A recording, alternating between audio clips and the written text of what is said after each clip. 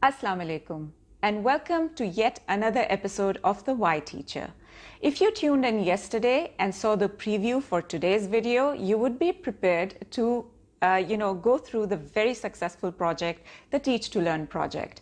But today, before I begin and give you the details of the project, I would like to highlight the motivation that lay behind that project.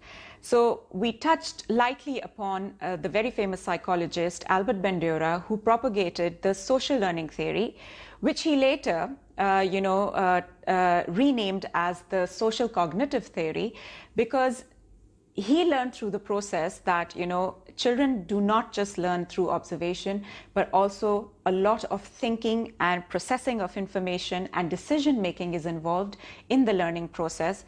And this is something that is going to be the highlight of today's discussion. So if I break down, Bandura's cognitive theory into four main key components, they would be self-efficacy, self-regulation, observational learning, and reciprocal determinism. They seem like big terms, but I will break them down with examples for you so that you can, understand them better. But mainly the focus is going to be self-efficacy, because self-efficacy is a child's, belief and faith in his own abilities to be able to execute a certain behavior that is necessary to, face a challenge and to succeed through, a difficult period, or succeed through setting a higher goal. So children and teachers in school who set, higher goals for themselves, who set high expectations, generally children who have a higher level of self-efficacy are more likely to succeed in those high expectations and meet those high expectations, because there is a certain character that they have developed within themselves, a certain faith and a certain motivation, to succeed and to win, that is going to get them through. So after self-efficacy, if we move into self-regulation, it really is talking about the control that a child has over his or her impulses. So a child who has set a high goal for himself and wants to achieve that goal will not fall victim to, the chaos happening around him or her. He will be able to, or she will be able to make a more informed decision about how he or she wants to respond to the external challenges that come his or her way. In contrast to a child who has, poor self-control and falls victim to, what is happening around, not caring about the consequences of his or her actions. And, so we can clearly see that this child is less likely to achieve a goal that he or she has set for himself or herself. When it comes to observational learning, Bandura states that, children are always learning through models around them. So, which is one of the reasons why we stress on the fact that, children should have good role models around them, because they are constantly watching you. So a child tends to observe and encode a certain kind of behavior and is most likely to imitate that behavior in a similar situation, not really responding to whether it's gender appropriate or it is, socially acceptable or not. And when a child, executes a certain behavior, he also in return, receives either reinforcement or punishment in the form of, what kind of behavior he has executed. So a parent might look at a child who has been, feeding a stray cat and say that is so kind. So that this child is more likely to repeat a behavior like that, because he understands that this is something good and this is what he needs to do and this is what is acceptable.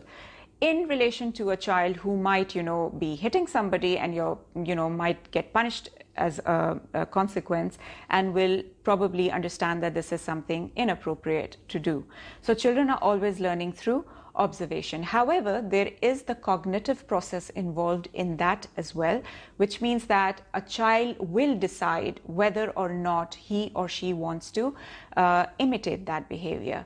And from imitation to identification, there is another journey in between. So till the time that this does not this does not correlate to his own sense of who he is or she is, or he or she has not developed their own sense of values. This is something that they will keep on imitating behavior and learning through imitation. However, when children begin to, have the desire to possess certain values and have the desire to possess certain, qualities in themselves, that is when they begin to identify with certain external factors. And these factors might come in the form of people in the family. They might come as, characters in a movie or a television serial, or somebody inside, the school that they admire. So eventually it moves from simply imitating somebody to identifying with somebody. And that is when parents really need to understand that the child has moved on and that the learning process is a little more complex now because there is involvement of self as well. So taking this discussion forward from reciprocal determinism, which I explained earlier, which has to do with children taking decisions on what they want or don't want to imitate or don't want to identify with, the question arises, how do you improve the motivation in children to learn who are struggling inside the classroom? So the first thing that I would suggest really is that you need to give them strategies. Children need a strategy to learn. You cannot just tell them to go and think, because they don't know what that looks like. They need a strategy. You could use the jigsaw strategy, as explained in one of the videos before. You could use the numbered head strategy. In the numbered head strategy, the children have a little more choice. They can start by working independently, then take their work and move into pairs. Then the pairs move into groups. Or it could be vice versa. The groups move into pairs, and from pairs they move to work independently. So this gives them a little bit of choice. This gives them a support system. This gives them, the confidence to know what they're doing and understand the direction that they're moving in. Another thing that you could do is give students choices on how they want to learn. So this is extremely important because, the topics are there, yes, but you could learn about those topics in so many different ways. So learning styles come in. You need to understand that your children are going to learn different ways. Some children are going to need to touch things. They are kinesthetic. Some children are auditory. They need to hear. Some children are now there's a new term which is rather called techno kids. There's a techno style of learning. So children learn through technology. So what you can do as an individual is that, for me, it was always difficult having 30 kids inside the classroom and, trying to brand them into these are kinesthetic and these are auditory. What I would do is I would create activities around the same kind of topic in various different ways. So you set up stations. You would set up a station where children can actually work with their hands.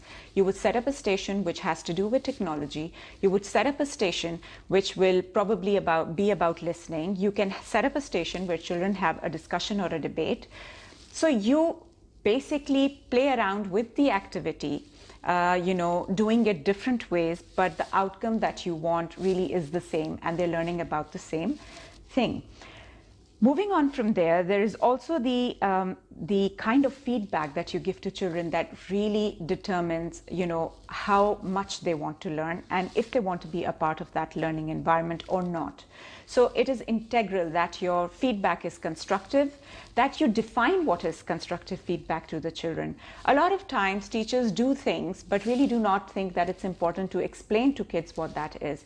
Do let the children know that this is what is constructive feedback, so that when they understand what it is, they can differentiate between what is not constructive and understand why they feel a certain way. So helping children develop emotionally and be emotionally intelligent is also a teacher's job. It is something that you can do to help them become more aware of who they are and what are the values that they want to incorporate into their lives. And so this was the motivation behind the Teach to Learn project. As a teacher, I wanted to evaluate my performance through the year.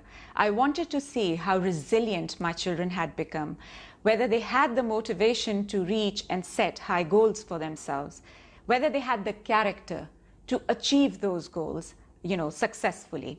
So what I did was I turned them into teachers.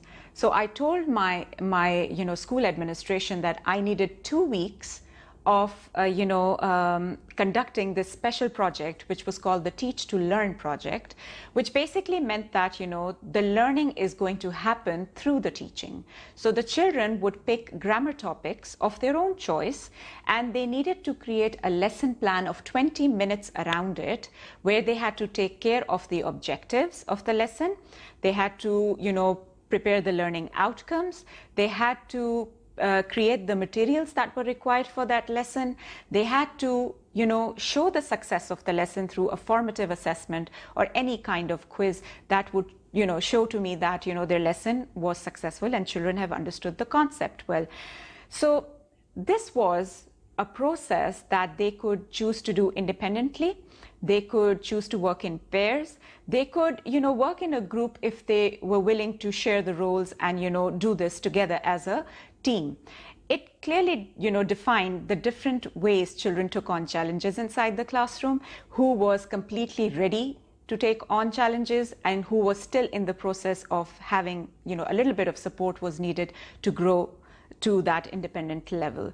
But as a teacher, it was very rewarding because the children stood in front of the classroom and taught their peers about subject and predicate, about the different kinds of nouns, about, tenses, about, conjunctions and, prepositions. And they had to do their research. They had to go find out things. They had to make the lessons creative. And it was really, really nice to see how some of the children went above and beyond to create surveys, outside the school walls. They would go to, random people, ask them if they had knowledge about the topic.